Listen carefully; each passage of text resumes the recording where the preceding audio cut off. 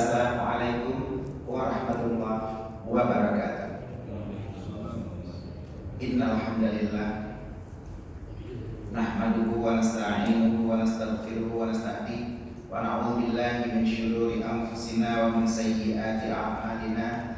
May yahdihillahu fala mudilla lahu wa may yudlilhu fala hadiya lahu. Asyhadu an la ilaha illallah wahdahu la syarika lahu wa asyhadu anna sayyidana Muhammadan abduhu wa rasuluh la nabiyya ba'da. Puji syukur mari sama-sama kita panjatkan kehadirat Allah Subhanahu wa taala, di mana pada hari ini Allah masih izinkan kita berjumpa, bersua dan bertatap muka bersama di pengajian kita yang sudah kita tunggu-tunggu di setiap hari Selasa, yaitu pengajian kitab Minhajul Abidin. Ini adalah pengajian pertama kita setelah Hari Raya Idul Adha, setelah mungkin malam Rabu yang lalu absen karena memang dekat sekali dengan hari rayanya. Kita baru masih hari tasyrik kemarin, makanya hari ini mungkin hari pertama saya selaku pengajar di malam Rabu ini mungkin masih tepat mengucapkan mohon maaf lahir dan batin, selamat merayakan Hari Raya Idul Adha. Semoga Allah memberkahi semua ibadah kita di bulan Zulhijjah ini. Kebetulan hari ini kita masih berada di bulan Zulhijjah 1443 Hijriah, tepatnya malam ini 20 Zulhijjah, 10 hari lagi sebelum tahun baru 1444 Hijriah. Jadi memang kalau kita lihat perjuangan kita melewati tahun-tahun Hijriah ini mengingatkan kita kepada perjuangan baginda Rasulullah SAW, di mana sallallahu alaihi wasallam maka selalu tercurahkan, tersajikan dan tersajukan kehidupan beliau yang sudah mengajarkan kita bagaimana kita bertingkah laku, bersikap dan juga menjalani kehidupan kita sehari-hari. Dan inilah yang diajarkan oleh Imam Al-Ghazali dalam kitab Minhajul Abidin yang mungkin kita akan baca di hari ini. Jadi di sini Imam Ghazali nanti akan banyak bercerita tentang bagaimana kita menata hati. Jadi kalau hati kita sudah dipenuhi dengan cinta, maka kita akan gampang memaknai tentang apa yang terjadi dalam kehidupan kita di dunia. Mungkin kalau kita lihat di status ikan hiu nabrak kaca, I love you buat yang baca. Nah di sini kalau kita mau baca kitab Minhajul Abidin ini akan banyak cinta-cinta, termasuk cinta kita kepada Allah. Bagaimana kita menata hati kita kepada Allah dan juga kepada manusia, sehingga menyodapkan kitabnya dan mengenai kemudian ada berkapui pot hanbengnya. Kenapa? Kita sudah tahu hakikat kejadian itu. Nah disinilah bagaimana Imam Ghazali mengajarkan kita ilmu menata hati di kitab Minhajul Abidin. Baik, pengajian kita sebelum Idul Adha masih bercerita tentang khatir atau pergerakan dalam pikiran atau hati. Jadi bagaimana setiap ada pergerakan hati kita harus sadar. Setiap bergerak kita yang beri bengeng lucu. Kemarin kita sudah dilatih di malam enggak, tiba-tiba pelatihan dibatalkan, beri bengeng lucu. Nah ada gerakan hati misalnya. Gerakan hati ini harus kita sadari. Sebenarnya ini terjadi atas putra siapa? Kalaupun ada kejadian apapun, nah yang pertama rencananya menjadi bupati wali kota tidak jadi misalnya, kita nyodip ses, kapiten, mungkin kapidana pada bergerak. Sebenarnya takdir ini milik siapa? Kalau kita sadar dengan itu, mudah-mudahan kita tidak jatuh pada sesuatu yang menjadi syirik kafir, karena kita sadar dengan gerakan hati atau khatir. Nah inilah yang pertama, khatir yang terjadi, yang menjaga hambanya dan meletakkan hajat akan dia dan memutuskan daripadanya usul dan mengejutkan dia kepada diri dan mengambil dalil. Jadi kalau kita sadar dengan kejadian-kejadian khatir setiap goresan hati kita, insya Allah kita bisa menjaga hati kita dari hal-hal yang dilarang oleh Allah Subhanahu wa taala. Baik, kita masuki pengajian kita hari ini. Bismillahirrahmanirrahim. Qala al-musannifu rahimahullah ta'ala wa nafa'ana bi'ulumihi fid dharain amin. Telah berkatalah pengarang dan semoga semua kita yang hadir pada malam ini diberikan manfaat dari ilmunya pengarang, baik dunia maupun di akhirat. Amin amin ya rabbal alamin. Abi dan Umi Mamandun, semoga kita berdoa hari ini kita dapat manfaat dari ilmu yang ada dalam kitab karangan Imam Ghazali ini.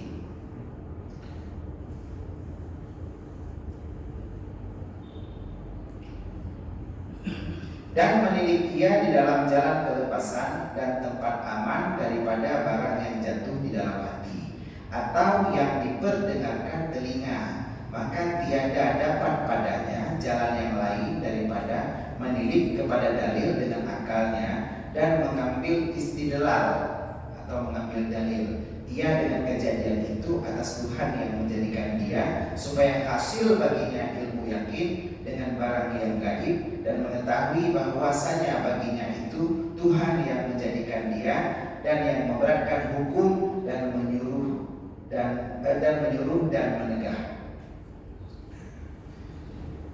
Jadi Imam Ghazali mengatakan jalan kelepasan artinya bagaimana adanya mengadil dalam ta'udib baik itu ibadah maupun udib dunia adalah bagaimana kita tahu barang yang jatuh di dalam hati atau kita dengar dengan telinga kita bahwa itu adalah sesuatu dalil daripada akal kita dan istidlal mengambil dalil dan kejadian bahwa ada Tuhan, ada Allah. Nah, zat yang wujud kejadiannya, nah Allah yang mentakdirkan kejadian itu supaya hasil baginya ilmu yakin dengan barang yang gaib, supaya ada yakin bahwa ada barang gaib yang terjadi setelah itu dan bahwasanya baginya itu Tuhan yang memberikan hukum, yang menyuruh dan menegak. Artinya setiap pu yang terpukul, setiap pu yang terdengar, Imam Ghazali masih menegaskan ada sesuatu zat, ada Allah di balik itu. Nah, kalau kejadian tabrakan beruntun 25 orang meninggal di tempat di jalan tol, kenapa kejadian sampai seperti itu? Ternyata ada Allah yang mengatur itu. Kejadian 2 polisi saling tembak. Jadi pertanyaan, apabila 2 polisi saling tembak, maka A, polisi pertama mati, B, polisi yang kedua mati, C, CCTV di sekitarnya yang mati. Nah, kita nggak tahu kejadiannya bagaimana yang benarnya, tapi inilah kejadian yang terjadi. Ada Tuhan di situ, ada Allah yang menghendaki. Kenapa orang dari luar Aceh malah dari BIN masuk ke Aceh? Ada apa di sini Aceh? Kenapa kita sekarang kok jadi malah ada tentara? Ada Allah yang menakdirkan segala sesuatu yang terjadi. Apa maksudnya Allah ada menyuruh, ada menegak? Mungkin selama ini ada suruhan Allah yang kita larang atau kita tinggalkan, dan ada larangan Allah yang malah kita kerjakan. Kita ingat hari ini kita berada di bulan Zulhijjah. Bulan Zulhijjah sebenarnya adalah bulan haram. Inna iddatasyhuri 'indallahi 12 syahran fi kitabillah minha arba'atul hurum. Sesungguhnya Allah itu menakdirkan ada 12 bulan dan 4 bulan diantaranya bulan haram. Bulan haram artinya bulan haram untuk berperang, bulan haram untuk melakukan maksiat. Seharusnya di bulan-bulan haram ini kita meningkatkan amal. Jadi kalau kita melihat bagaimana Allah menakdirkan banyak kejadian di bulan Zulhijjah ini, sudah sepastinya kita harus berintrospeksi apa saja yang terjadi di Zulhijjah ini yang membuat kita sadar apa yang seharusnya kita kerjakan di bulan Zulhijjah ini.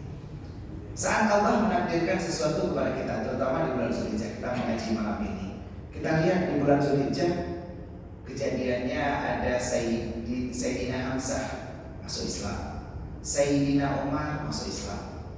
Artinya Allah menakdirkan kita seharusnya di bulan Zulhijjah ini selalu mengejar-ngejar tentang bagaimana kita bisa masuk ke dalam Islam. Tapi Ustaz, saya sudah Islam. Nah, inilah makna firman Allah, udkhuluha bisilmi kafah. Kita suruh masuk dalam Islam dengan kafah, dengan sempurna. Sudahkah kita memahami Islam ini dengan sempurna sampai ke akar-akarnya? Sudahkah kita tahu esensi dari ibadah kita malam ini? Tasmayah itu memang cuma ada pulang minggu ibadah, ataupun kita sadar sebenarnya kita sedang nyembah siapa sih sebenarnya? Kalau kita coba hadirkan, siapa orang yang paling kita segani? Siapa orang yang paling kita takuti di dunia ini? Misalnya, kamu baru dapat pemimpin baru, di sini ada wali kota, di sana ada bupati. Kami kalau ngomong sama wali mungkin takutnya luar biasa. Bayangkan saat kita menghadap Allah, kita menghadap dengan satu cipta Pak Bupati itu.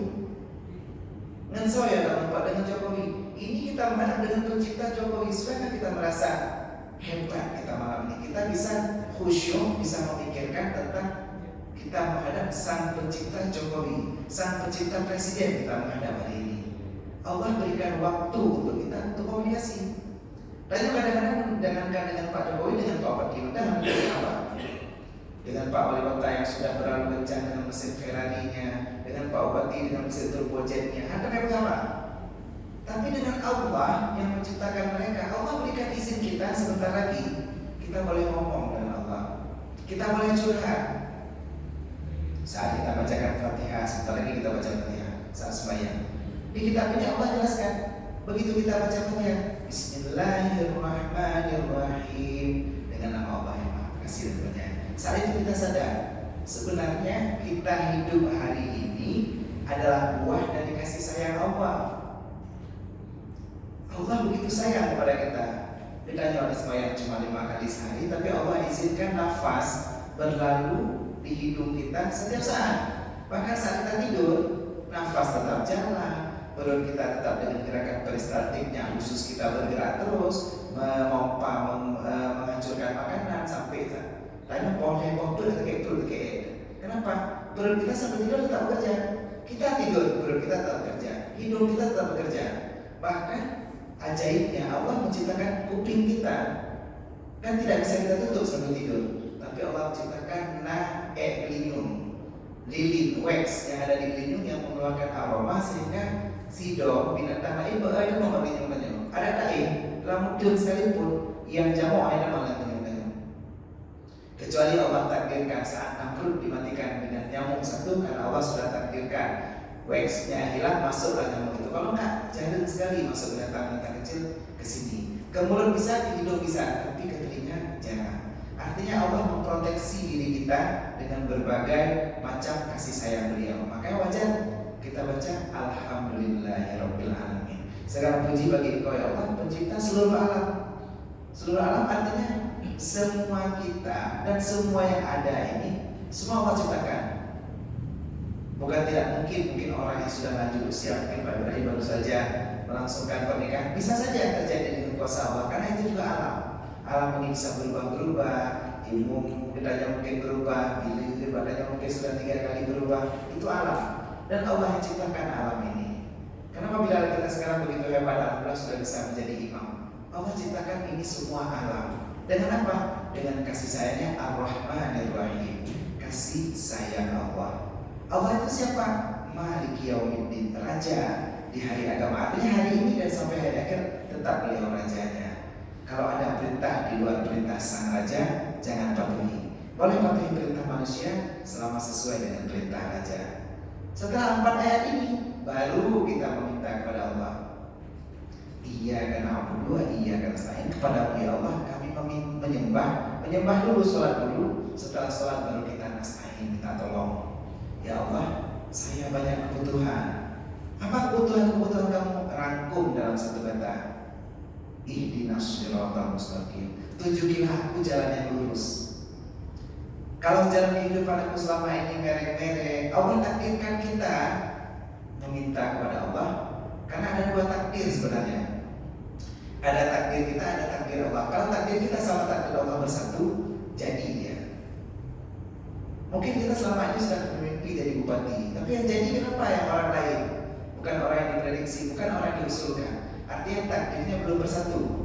Kita minta kepada Allah agar doa kita selaras dengan keinginan Allah.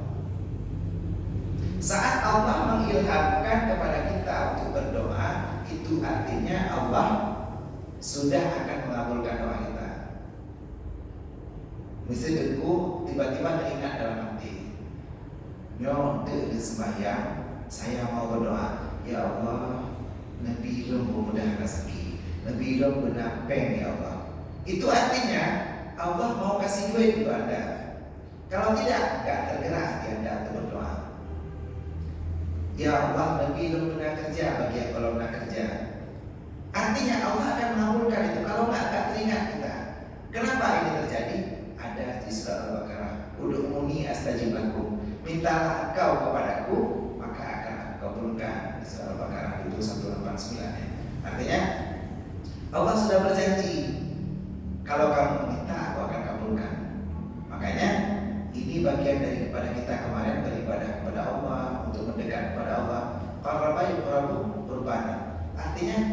itu pendekatan kita kepada Allah. Saat kita mendekat kepada Allah, Allah akan takdirkan jalan yang lurus kepada kita. Kita berkorban, dapat darah, dapat dorong kepada Allah. Bagi yang belum satu berkorban, mungkin bisa bertakbir kepada Allah. Di surah Al-Baqarah 187 sebelumnya, walitukmilul iddata walitukabbirullaha ala ma hadakum wa la'allakum tashkurun. Agar kamu bertakbir kepada Allah atas apa yang Allah telah berikan kepada kamu. Hewan kurban, begitu banyak nikmat Allah berikan. Inna a'tainakal kautsar, sesungguhnya kami berikan kepada kalian nikmat yang begitu banyak. Dari mulai nikmat udin, nikmat nyawa, nikmat nafas, nikmat iman, nikmat ilmu, sampai nikmat minum air telaga Al-Kautsar Rasulullah. Fasholli li rabbika wanhar, maka salatlah, kita nanti seperti itu. Lalu berkurbanlah. Kalau kita bisa berkurban hewan, kurbankan ego kita, kurbankan kesombongan kita, sembelih itu. Jangan sampai selamanya hanya sombong, korbankan itu. Bagaimana di bulan Zulhijjah Nabi Ibrahim menyembelih Nabi Ismail, kita pun sembelih kesombongan kita. Kalau kita sudah lakukan itu, maka Allah berjanji bulan Zulhijjah yang kita jalani ini akan penuh kebahagiaan memang 10 hari lagi ke depan.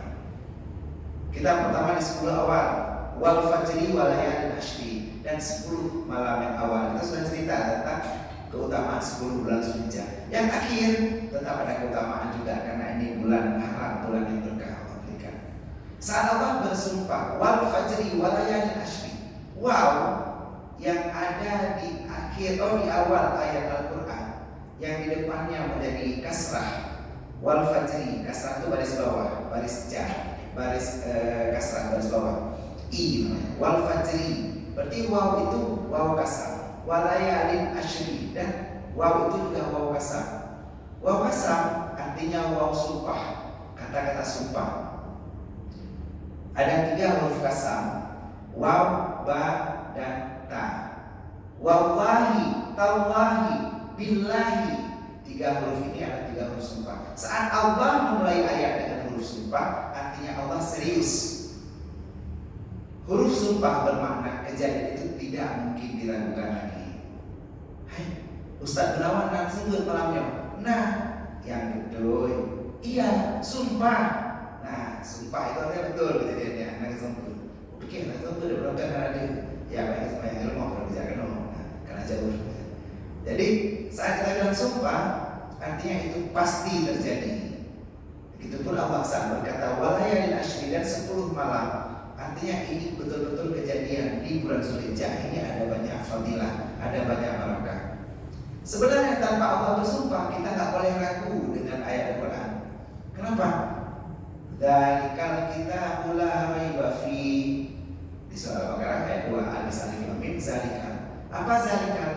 Dza itu dari hada, dari ini. Inna hada Al-Quran disingkat dengan dza. Li artinya lil mu'ni, jauh. Ka lil khitabah, untuk kamu. Zalika itu jauh bagi kamu untuk meragukan Al-Quran. Zalikal kitab itu la raiba fi, tidak ada keraguan di dalamnya, dan akan menjadi hudal lil muttaqin. Tapi Allah bersumpah. Kenapa? Karena begitu banyak keutamaan ini ada di surat-surat Al-Quran. Wadhkurullaha fi ayyamin ma'dudat, surah Al-Baqarah ayat 203. Ingatlah Allah di hari-hari yang tertentu. Ayyam ma'dudat tafsirnya hari tasyrik. Hari tasyrik cuma ada di bulan Zulhijjah, bulan lain nggak ada. Jadi dari 10, 11, 12, 13, 3 hari tasyrik ini cuma ada di bulan Zulhijjah. Haram akan untuk berpuasa. Kenapa? Kita disuruh ibadah yang lain yang mungkin perlu tenaga seperti berkurban. Dan kalau di sana orang berangkat tanah suci juga perlu tenaga. Bagi yang nggak sempat pergi haji bisa berkurban. Yang nggak sempat berkurban, ayo kita gunakan kesempatan kita di bulan Zulhijjah ini. Disinilah Allah mengajarkan kita melalui kitab ini, melalui Imam Ghazali, bagaimana di Fadilah Zulhijjah ini kita menata hati. Mulai detiknya, mulai menit ini, mulai malam ini, beli mengin nawurkeun, beli depen nyawa nawurkeun. Ingat, ada sesuatu yang Allah inginkan kita. Ada Allah yang membuat skenario malam ini. Jadi jangan pernah kita sampai kecewa, bengek, lalu sampai musuh-musuhan, berantem. Jangan. Ingat ada takdir Allah di situ. Jadi kalau kita sudah sadar dengan kejadian-kejadian yang Allah berikan, kita justru lebih mudah memahami makna yang terjadi di setiap permasalahan kita, hidup kita. Kenapa kita sampai hari ini kita belum diberikan jodoh? Mungkin Allah menunda jodoh kita karena ada sesuatu yang lebih baik yang sedang ada untuk kita. Jadi kalau kita paham dengan kejadian ini, insya Allah kita bisa mengambil iktibar dari apa yang diajarkan oleh Imam Al-Ghazali. Maka inilah akibat, yakni pertama-tama bukti yang berhadap akan dia di dalam jalan ibadah, dan yaitu dinamakan dia uqbah ilmu dan ma'rifat, supaya adalah pertama pekerjaannya itu di atas penglihatan. Jadi Imam Ghazali sudah membuat akibat, artinya banyak uqbah-uqbah, banyak tumpuan-tumpuan, tanjakan-tanjakan atau pit stop atau tempat berhenti, banyak perhentian-perhentian. Bagaimana kita menata hati? Yang pertama, penghentian pertama, ada bukti di dalam jalan ibadah kita, karena minhajul bidin ini adalah cara ibadah kita. Ada bukti yang dinamakan uqbah ilmu dan ma'rifah. Saat kita sadar dengan kejadian yang terjadi untuk diri kita dan keluarga kita, di situ ada namanya ilmu, artinya tahu. Kedua, ma'rifah, artinya kenal.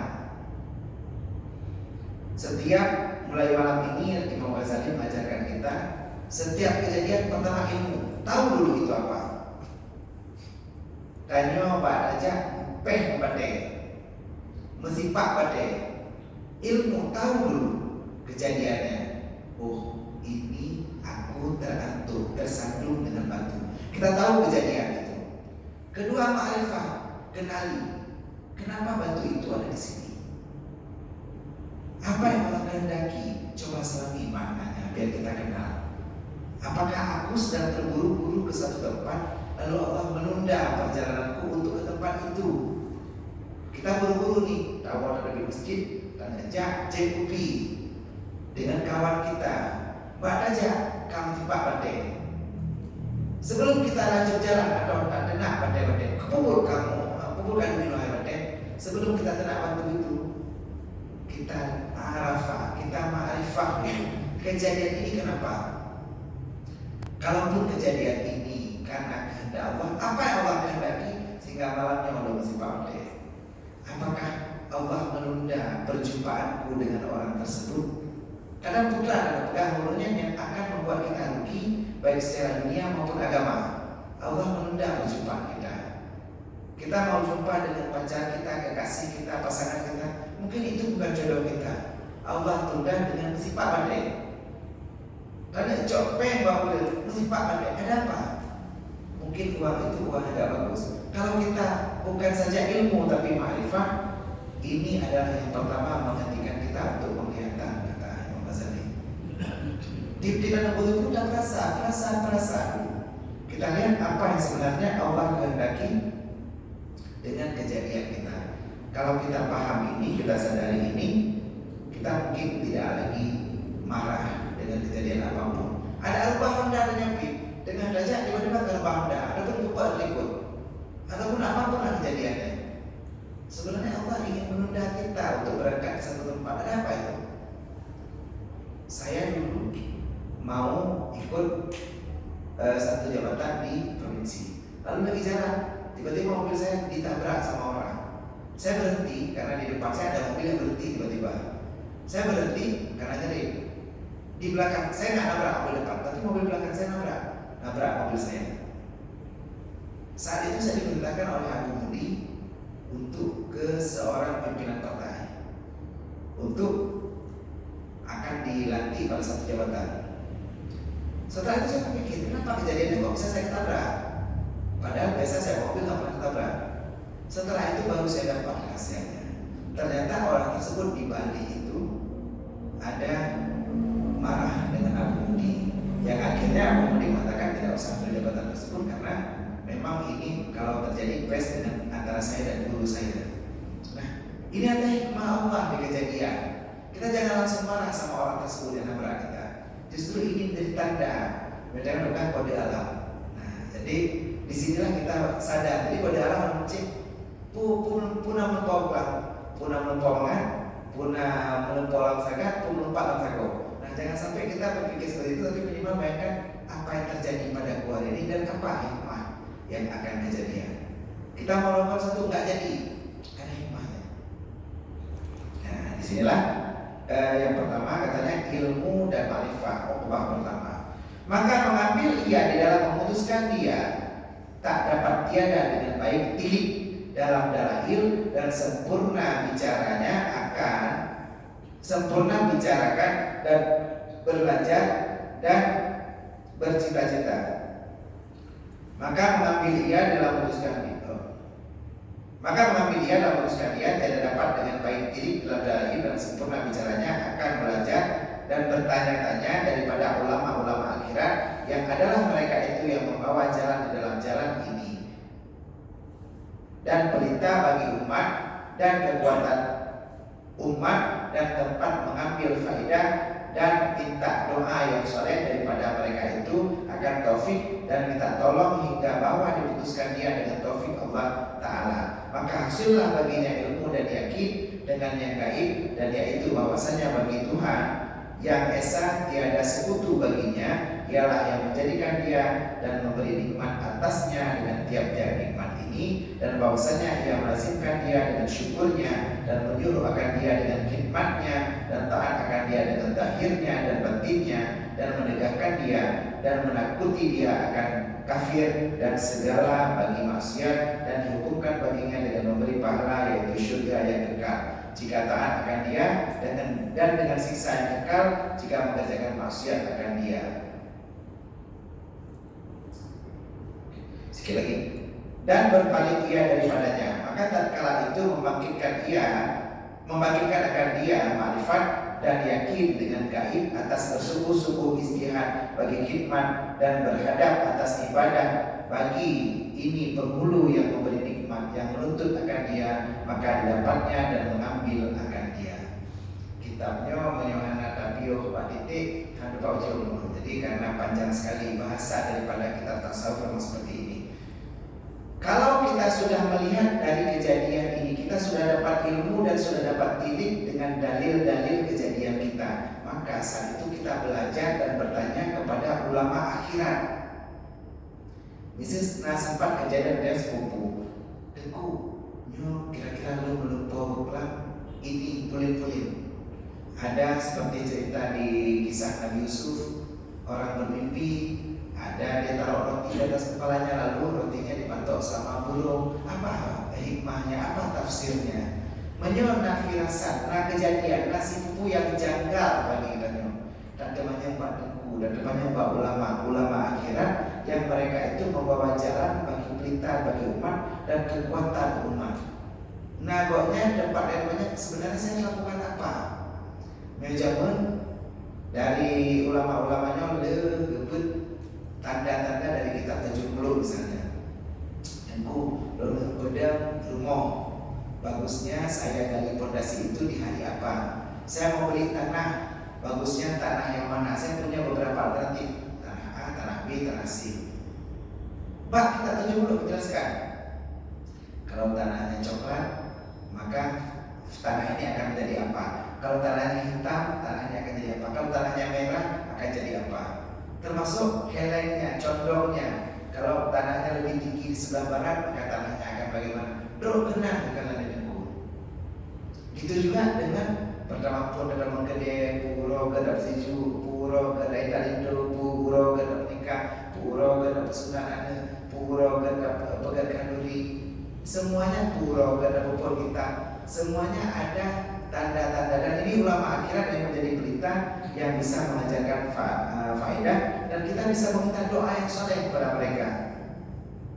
Ajak baru daku lagi berdoa, doa-doa yang soleh, doa-doa yang membuat kita akhirnya hati kita menjadi sejuk.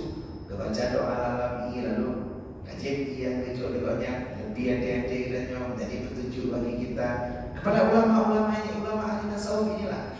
kita datangi dan bercerita tentang apa kejadian yang kita inginkan, sehingga diputuskan akan dia taufik dan hasillah ilmu dengan yang gaib. Kita tahu, oh ternyata begini, oh ternyata begitu, oh ternyata kalau aku mau kawinkan anakku dengan orang seperti ini, maka akan jadi seperti ini. Kita akan lihat wadana perkawinan ini. Kenapa hikmahnya Allah menjadikan kita bisa melihat wanita saat melamar, boleh melihat wajah dan telapak tangan. Karena dari sini nampak semua.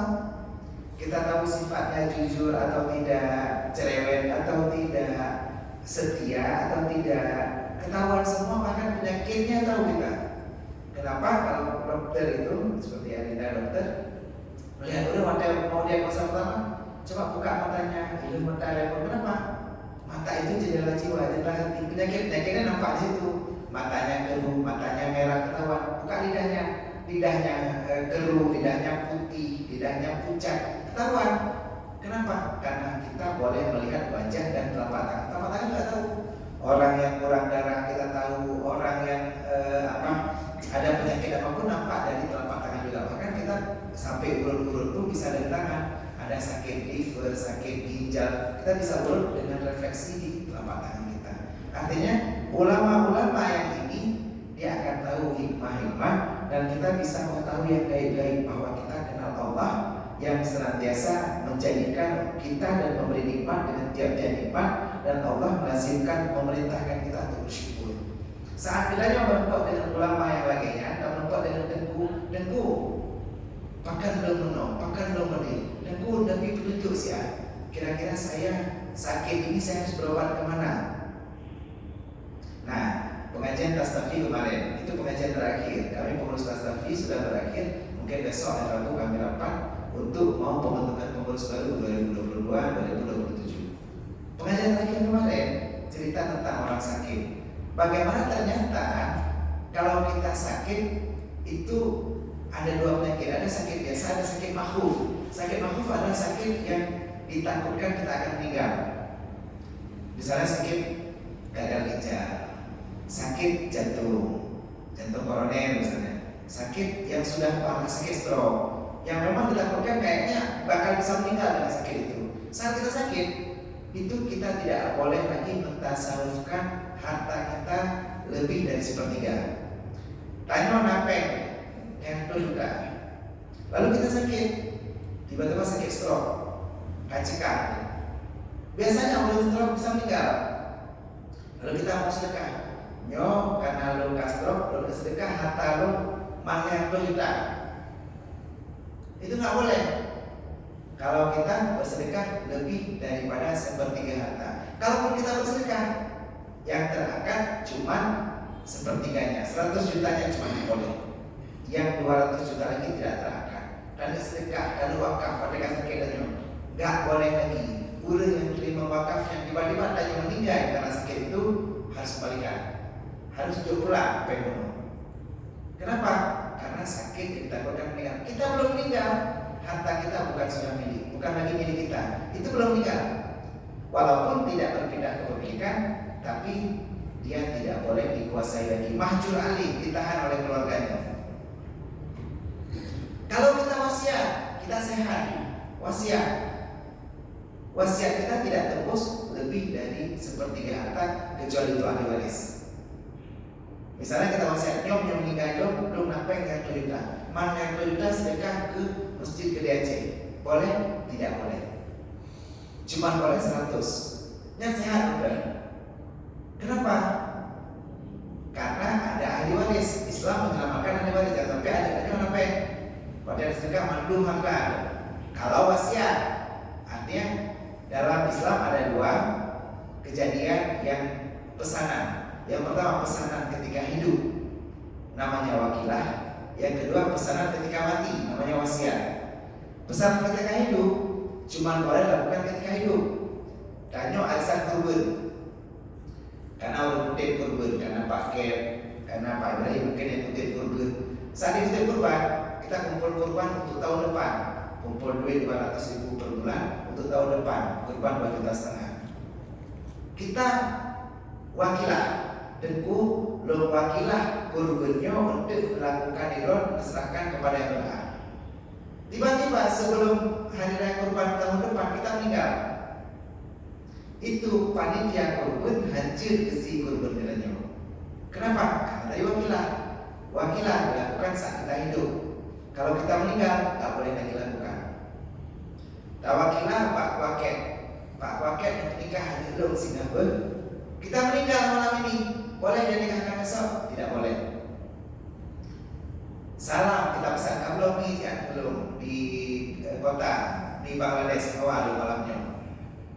Lalu setelah kita pesan kita meninggal, boleh beli lagi? Tidak boleh, karena namanya wakilah cuma bisa ketika hidup. Ketika mati namanya wasiat. Kecuali kita kurban itu wakilah dan wasiat. Nyo dulu wakilah bakah untuk si kurban, menyuruh meninggal wasiat bakah untuk kasih kurban. Itu baru boleh. Wasiat boleh dipilih seperti kata kalau untuk ahli waris. Kita punya 300 juta, nyo penting lucu ke anak-anak dulu. Boleh? Boleh. Kalau semuanya tapi untuk ahli waris.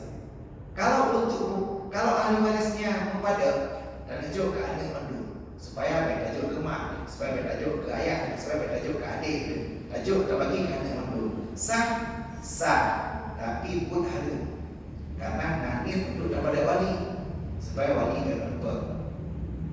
Nah, ini kejadian yang mungkin kita harus pelajari tentang apa yang hikmah Allah jadikan kita ada menolak ulama nyolong supaya kita jangan salah arah.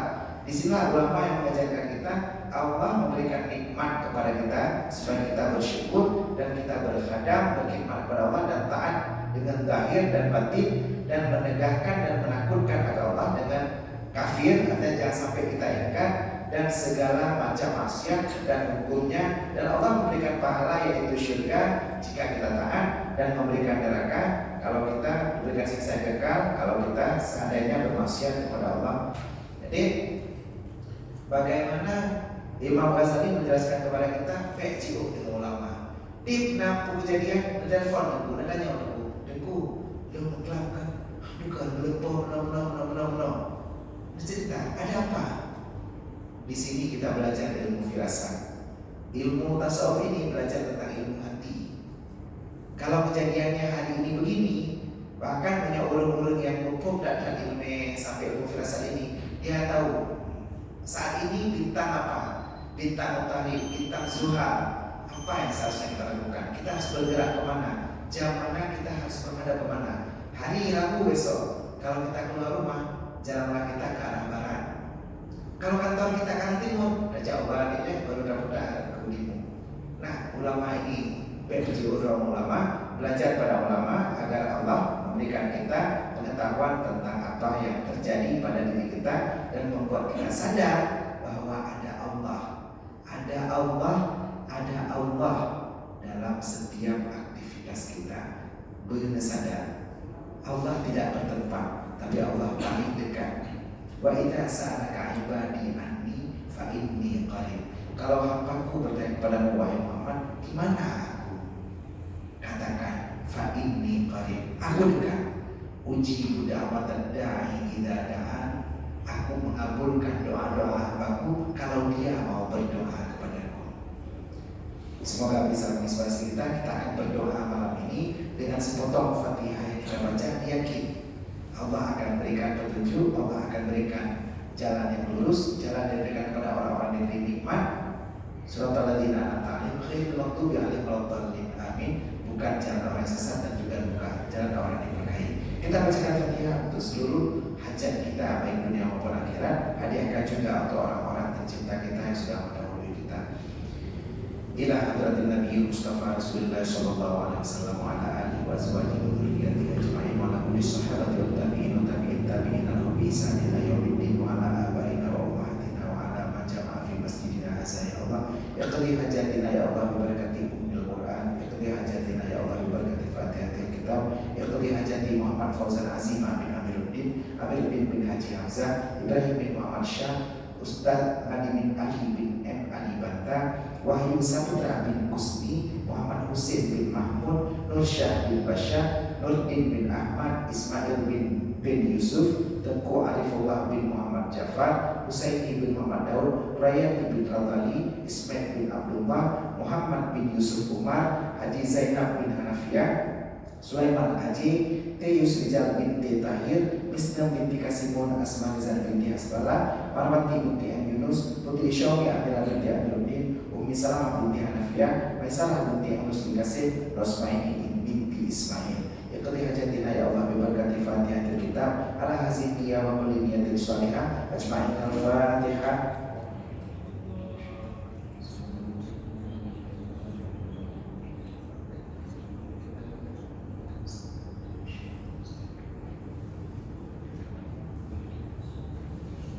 Terima kasih atas segala perhatian, mohon maaf atas segala kekurangan. Assalamualaikum warahmatullahi wabarakatuh.